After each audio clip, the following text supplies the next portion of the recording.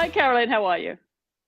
I'm good, thank you, Chris. You've been doing since you actually won the Volvo Ocean Race. You've been incredibly busy. You're never long off the water, and being a mother as well, trying to do all the other things you'd like to do in life. But did you get a chance to do those over the winter or your summer? Well, probably not as much as I would have liked to. I think after the end of the Volvo Ocean Race in The Hague in Holland, the end of June, I thought I'd have a little bit of downtime and a little bit of time to rest and recover and spend some quality time with the family and just do the normal daily things in life that a mum does. Take your kid to school and take them to swimming lessons and tennis lessons and everything else. But yeah, it's been quite hectic. The second half of 2018 for sure. I feel like I spent more time in the air on a plane than I actually did with my family at home. Darren, my partner, he said halfway somewhere in October, I think, or November, he said, I think I used to see you more during the Volvo Ocean Race than since it's finished. So that was a bit of an eye opener. Yeah, I had lots of public speaking engagements Mm. in Holland, which were a great opportunity. And then I had the A-Class Worlds in November in Harvey Bay, a beautiful location. And I finished the year off with Sydney to Hobart. So Right. yeah, it was a busy year for sure. Yeah, it certainly was. And of course, we try and keep up with you on social media and share your news. And I was just mentioning the Rolex Sydney to Hobart race, and you were part of that crew, of course, all female crew. Seeing some of your old friends there, that must have been great fun to be together on the same team. It was just an amazing campaign. Stacey Jackson, who sailed on Team SCA, we sailed on Team SCA together, and she was on Vesta's 11th Hour Racing for the last Hmm. race. And she's just had an awesome idea, had this vision about putting a full female team together Hmm. and supporting the sustainability cause Hmm. and ocean health. And it was great. 11th Hour Racing were really supportive, and the Oatley family providing us Wild Oats 10, which is the boat Hmm. we raced. And then we had, yes, a schedule sometime in December prior to the start on Boxing Day to prepare ourselves and to gel as a team. And yeah, it was a really good mix. There was some of the girls from the Team SCA campaign. Hmm. There was some girls with a lot of offshore experience from previous Volvo Ocean races, and there's the younger generation coming up. So it was just a really good mix of different skills and different girls, different people together. And yeah, I think altogether, finishing second was huge for us. Hmm. It's a little bit disappointing when you're so close to actually winning. But yeah, if someone said to us beforehand, you're going to finish second in the Sydney to Hobart, then yeah, we would have definitely signed for that. So it was a great achievement. We didn't have a lot of preparation time. It was pretty much an unknown boat for all of us. We had huge help from the Wild Oats 11 guys Hmm. that had sailed the boat before. So they helped us get up to speed. And yeah, I have to say the conditions were perfect for the boat we were on. And we were very lucky with the downwind conditions. And yeah, altogether it was just it was we had a really, really good time on board with each other. And yeah, hopefully it was the first time and hopefully not the last. Yeah, no, it sounded like great fun. We actually heard from Dee Kafari and Abby, of course, on the Sailing Show podcast. Dee gave us a review of the race, so that was interesting from her perspective too. It just sounds like you had a blast, and it must be great fun when you know each other so well. You're seasoned sailors, so to speak, and you finally get a chance to get together and get on a boat and just have a great time. And I think some of you guys actually sailed back to deliver the boat back to Sydney as well, just for fun. Oh, definitely. Yeah. Unfortunately, I couldn't be part of Yeah. that. Uh-huh. I had to get back to my family. I had my mum here, and so I flew back. But yeah, definitely Stacey, Libby, Hmm. Dee, D. Uh-huh. and some of Stacey's friends, and Harry, Dee's hubby. Yeah. He came on board, and yeah, I think they delivered the boat back with about 6, 7 people, and yeah, I think it's a really nice way to finish it off. It was a month of preparations altogether. Obviously, Stacey had been working on this for a lot longer, Hmm. and yeah, definitely my hats off to Stacey for putting this together. She did an incredible job. She was an incredible skipper, a huge learning curve for her. But yeah, she did an amazing job. And I think, yeah, being able to deliver the boat back home to the dock where it belongs, yeah, is a nice way to finish it off. Round it off, absolutely. Well, as you mentioned, you've been jumping on and off a plane. You've been doing public speaking, winning more awards. We talked to you, I think, after you were won the Rolex World Sailor of the Year last year. That was just to cap off a fabulous year. I think that was the last time we spoke here, Caroline. And then some news broke in January, which you're going to share with us, because this is another first for women sailors, and it's to take part in a race which, from the research I've been doing, has a tremendous history, and it's a very unique, well, very unique. It is a unique race, a very special race, which goes back to what, 1851? Is it the first time it was ever raced, and the whole concept about it? So why don't you break the news as to why you are going to be taking the helm in this very prestigious race? Well, for the first time, Chris, in the history of the America's Cup, for the first time in 168 years, the Netherlands, Holland is going to take part in the America's Cup. So, yeah, for me, being Dutch, it's a huge opportunity. And if you've done 3 Olympic Games, you've done 3 Volvo Ocean races, then there's just one thing missing on that list, and that's the America's Cup. And yeah, I just feel really fortunate and really lucky to be able to be part of this America's Cup team. I think for Holland as a country, it's a huge opportunity, and now is the right time to do it. I think the way the New Zealanders, being the defenders, have put together their campaign, where they don't have just one person funding the campaign. They have a vision where they want the country behind them. They've got the government behind them. They've got all the enterprises, companies. There's a huge marine industry in New Zealand as well. And it's a little bit like that in Holland. We're also a small country, but we have a huge experience with water and wind. That's our thing. If we don't watch out, then we'll be submerged underwater instead of being above the water. So the knowledge and the development in Holland with anything that's got to do with water, whether it's the marine industry or the software and the technology, is of a very high level. And so this is a huge opportunity for us to just get Holland as a country behind this campaign, and yeah, to have a chance to have a go at the oldest trophy in the history of sport. Yeah, it certainly is. You must have a friend here watching. She says she's very proud. She's obviously a Dutch viewer, Myon Swan. Someone you know? Yeah, definitely. She's been around for a while. She was there when we arrived, obviously, with Dongfeng Race Team at the finish of the Volvo Ocean Race, and she works for Zeil Helden, which produce videos and interviews with Sailor and everything that's got to do with water sports and sailing in Holland.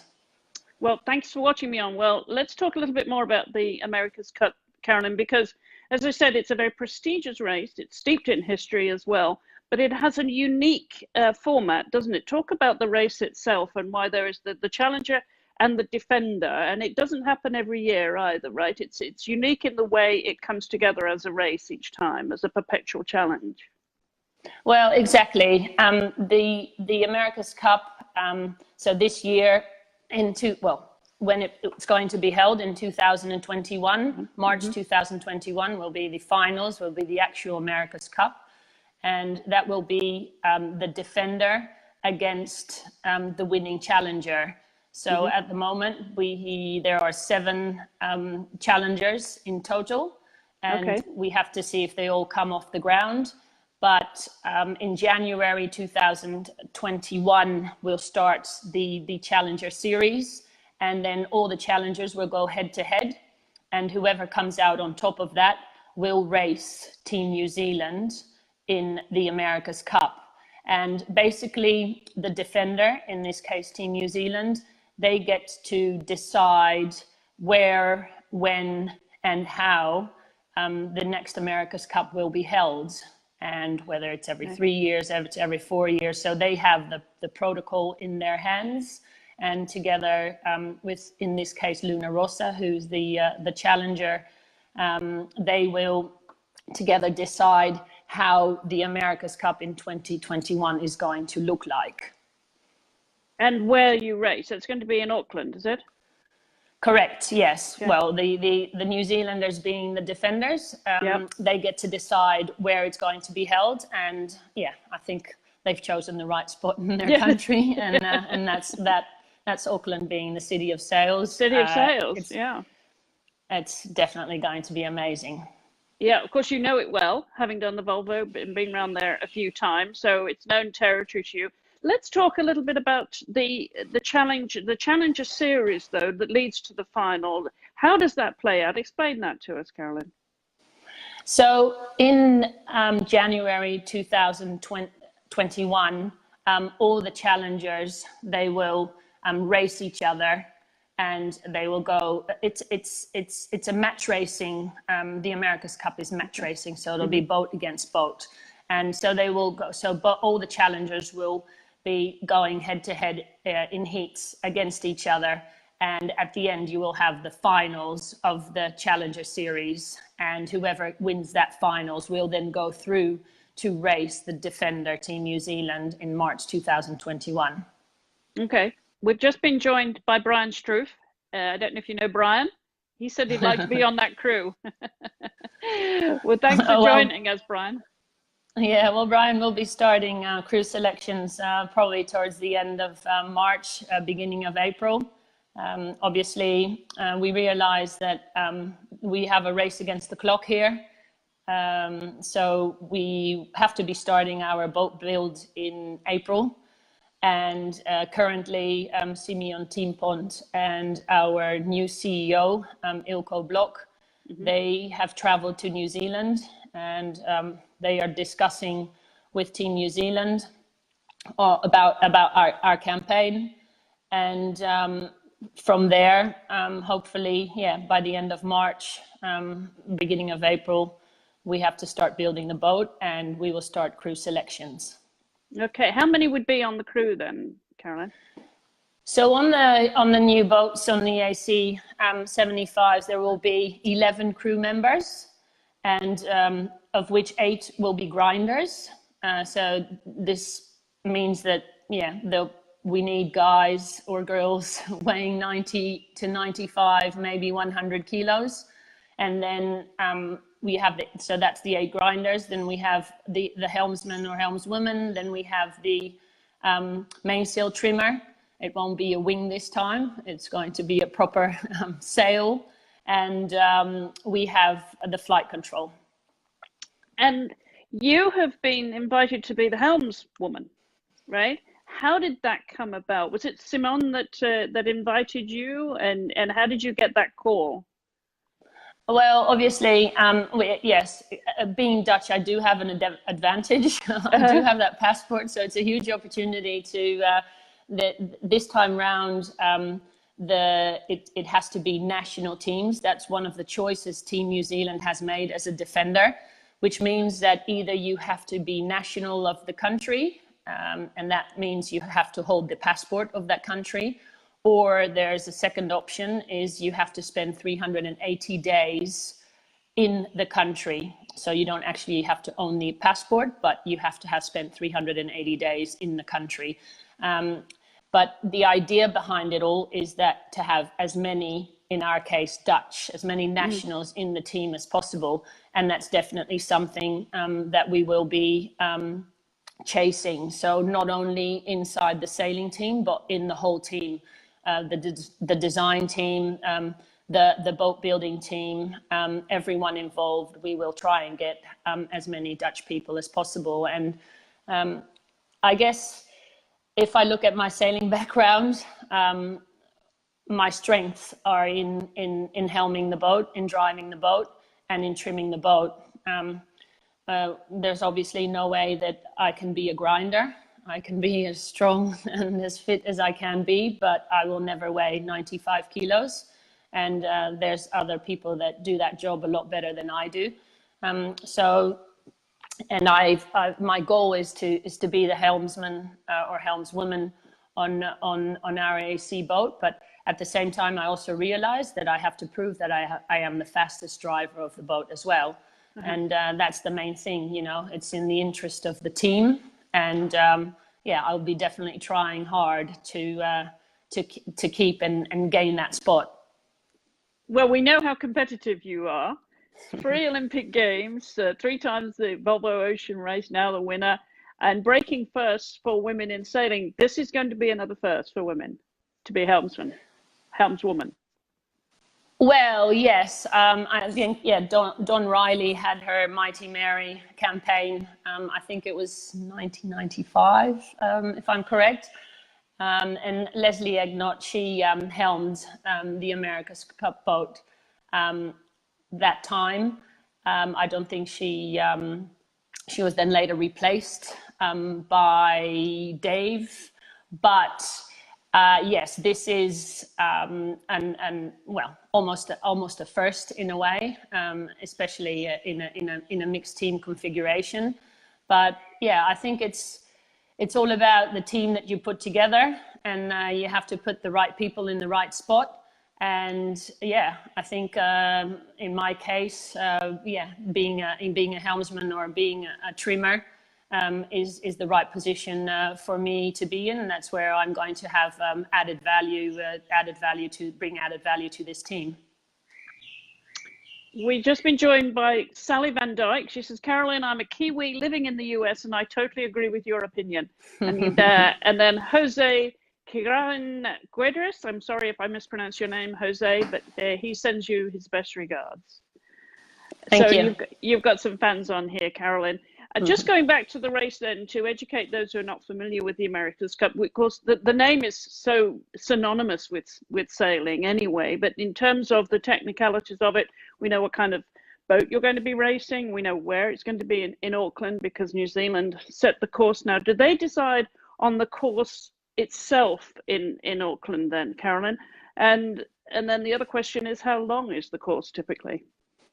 Well, basically, the New Zealanders can pretty much decide on anything they want. The cup is in their hands, and they get to decide how, what, and pretty much get to decide everything. Obviously, it's also in their own interest to have as many teams as possible competing, and I think that is part of the vision of Team New Zealand, is to get as many entries as possible into the America's Cup. And they have not decided yet how long the races will be, but I envisage, because you'll be match racing, I envisage the races being no longer than probably 45 to 60 minutes. And okay. So the AC75 is going to be a new build.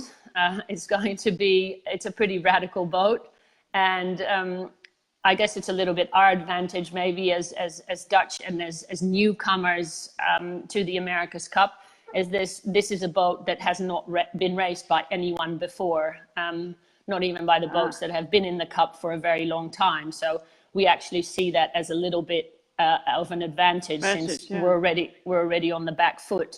But yeah, in the last few years, almost decades, the America's Cup has been raced on multi-hulls, and this is the first time in quite a while that the America's Cup is going to go back to mono-hulls.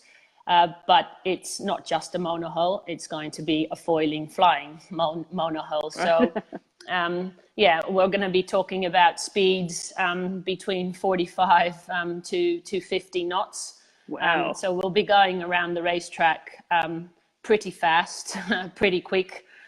So yeah, I envisage the race is probably being about 45 minutes and maybe even less.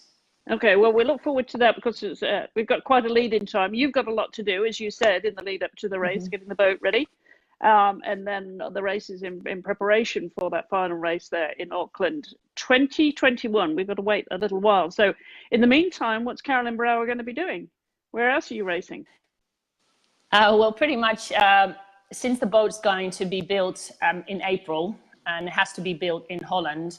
And as a team, as a crew, one of the requirements as well is that you spend 180 days training in your own country, which is quite a lot of time because also in the lead up to the Challenger Series in January 2021, there will be also the World Series. So we'll be racing in Sardinia, where Luna Rossa is built. We'll be racing in America, San Francisco probably. So there'll be a World Series. Being the Dutch project campaign, we're trying to get one of the World Series events, obviously, to Scheveningen, where the finish of the Volvo Ocean Race was.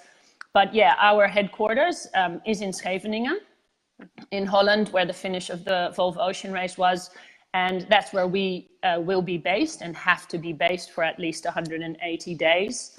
But because our boat's being built and it will take a while to be finished, and we envisage it not being finished before February, probably next year, so February 2020.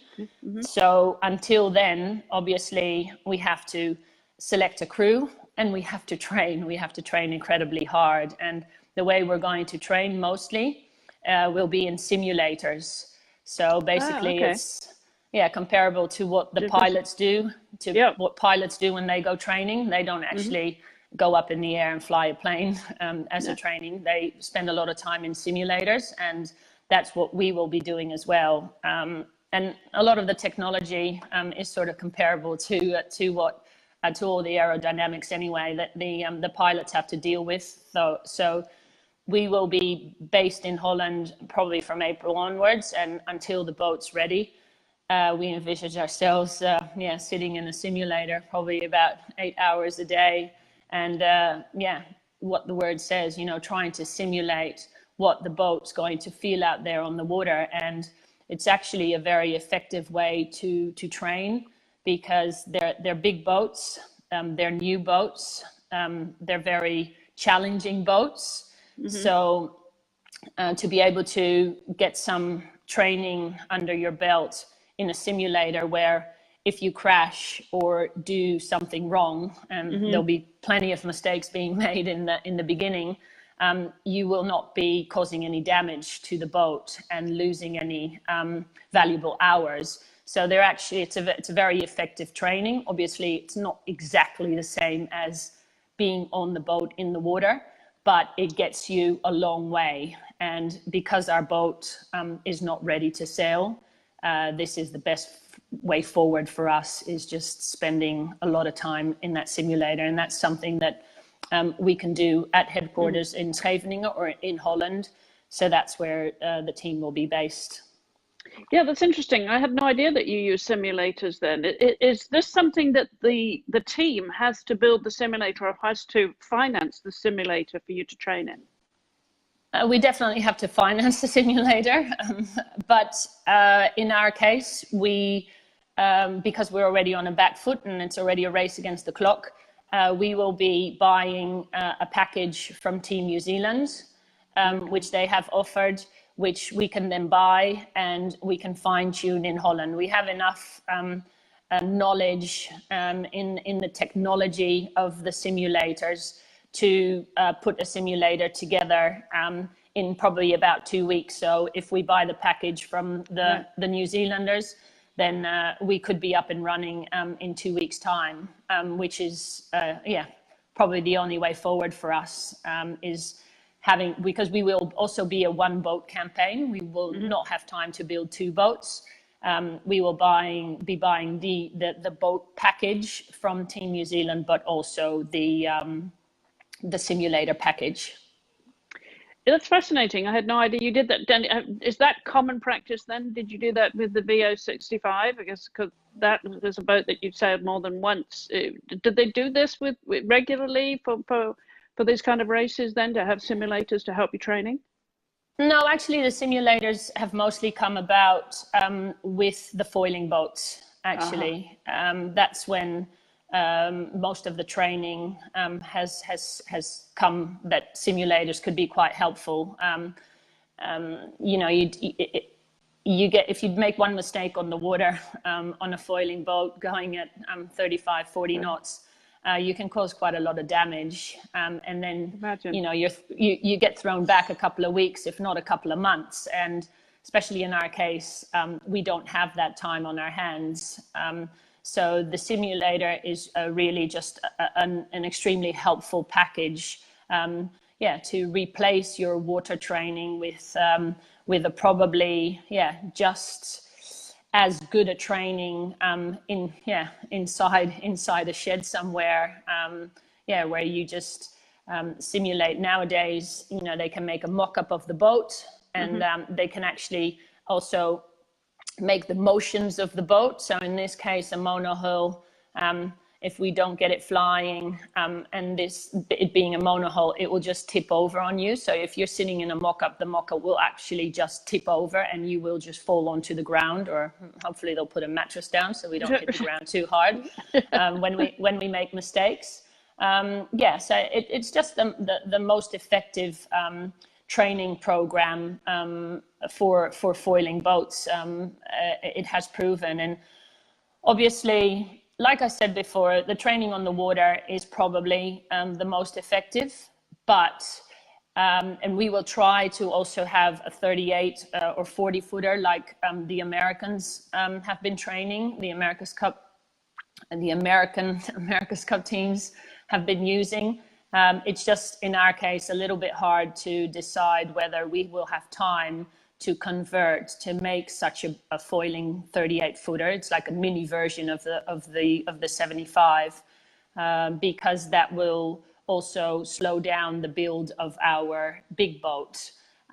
So basically, it's a timing thing, and hopefully we'll also, next to the simulator, get to sail on a smaller version of the 75. But if we don't have time, then the simulator is going to definitely be our go-to option. Yeah, I'd imagine save a bit of money too. That can't be cheap to repair a boat if you did damage it, and especially when time's of the essence too. An expensive campaign all around, I would imagine. So the question is there any financial reward apart from this fabulous trophy and the prestige of winning the America's Cup? Is there any prize money, Carolyn? No, there's no prize money in the America's Cup. It's all about this huge silver trophy. But yeah, it's 168 years. That's quite a long time in sport. It's the oldest trophy in sport. And I guess if you look in sailing, there's three pinnacles in our sport, and that's the Olympic Games, the Volvo Ocean Race, and the America's Cup. So yeah, as a sailor, it's your dream to be part of one of them, and if you can make it reality to be part of every one of them, all three of them, then that's for me a huge step in my sailing career, and it's all about the prestige, and I like the idea of sailing for your nation, and that's what I like about this version of the America's Cup, and what the New Zealanders are putting forward, this nationality rule. Some people are against it, but I actually think it's a very special thing. I always compare it to walking into the stadium at the opening ceremony of the Olympics and wearing your country uniform, and in the case of Holland, you walk into the stadium with 300 to 400 other athletes, and there's just something special about that. And so you're not just doing it for yourself as an individual, but you're actually doing it for your country. And just having felt at the finish in Holland of the Volvo Ocean Race, I'm Dutch, on board a Chinese boat that was run by French people. But the feeling that the Dutch people gave me by finishing in my hometown is just something amazing. And I think that really creates a bond between not just the team, but the country backing you, having the country behind you, I think is something really special. And I think, the New Zealanders are trying to make that more important and to have some weight in the America's Cup. And I think that's a really good thing. And especially for us as a country, as Holland, I think that's a priority as well. As am I right in thinking you did 2 Olympics with the flying the flag for the Netherlands, of course, representing, but then you also switched to Belgium, didn't you, for the 3rd one?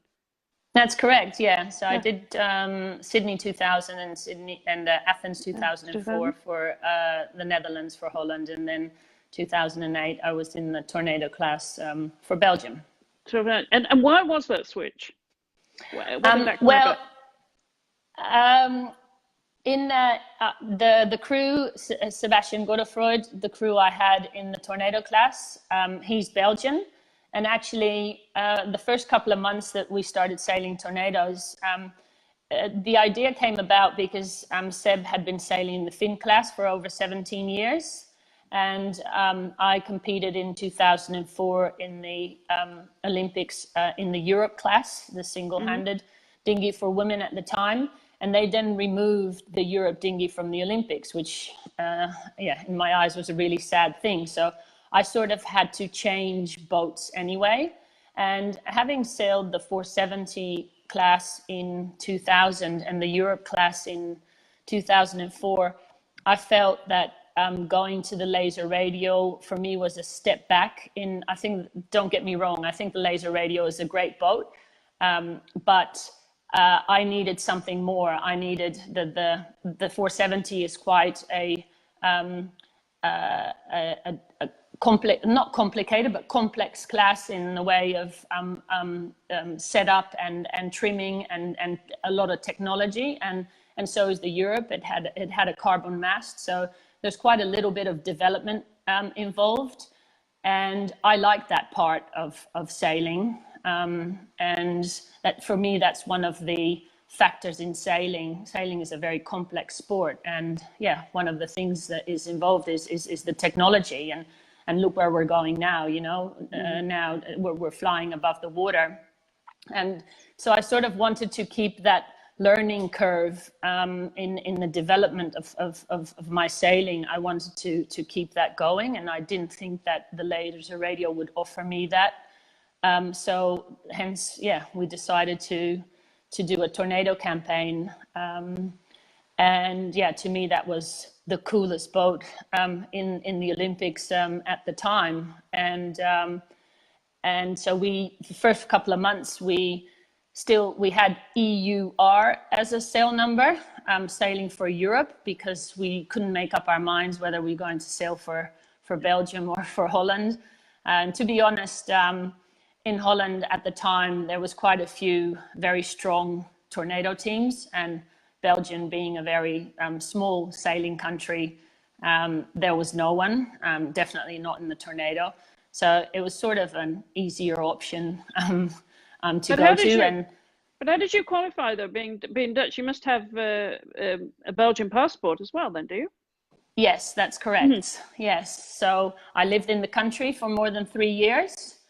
And so, yes, I had my official address was in Holland, and that's where I spent in Belgium, excuse me. And that's where I spent most of my time. And then I managed to just secure a passport.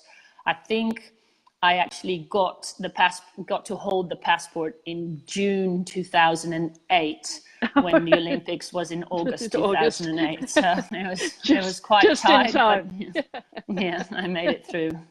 You're used to racing to the finish. Well, Carolyn, Yeah. this is going to be a very fun time for you, of course, a new challenge, and one you'll be able to tick off your bucket list as well. We've talked about your bucket list before, so this one obviously must be a big milestone for you, and a new challenge and an exciting one. So I want to wish you the very, very best of luck with it.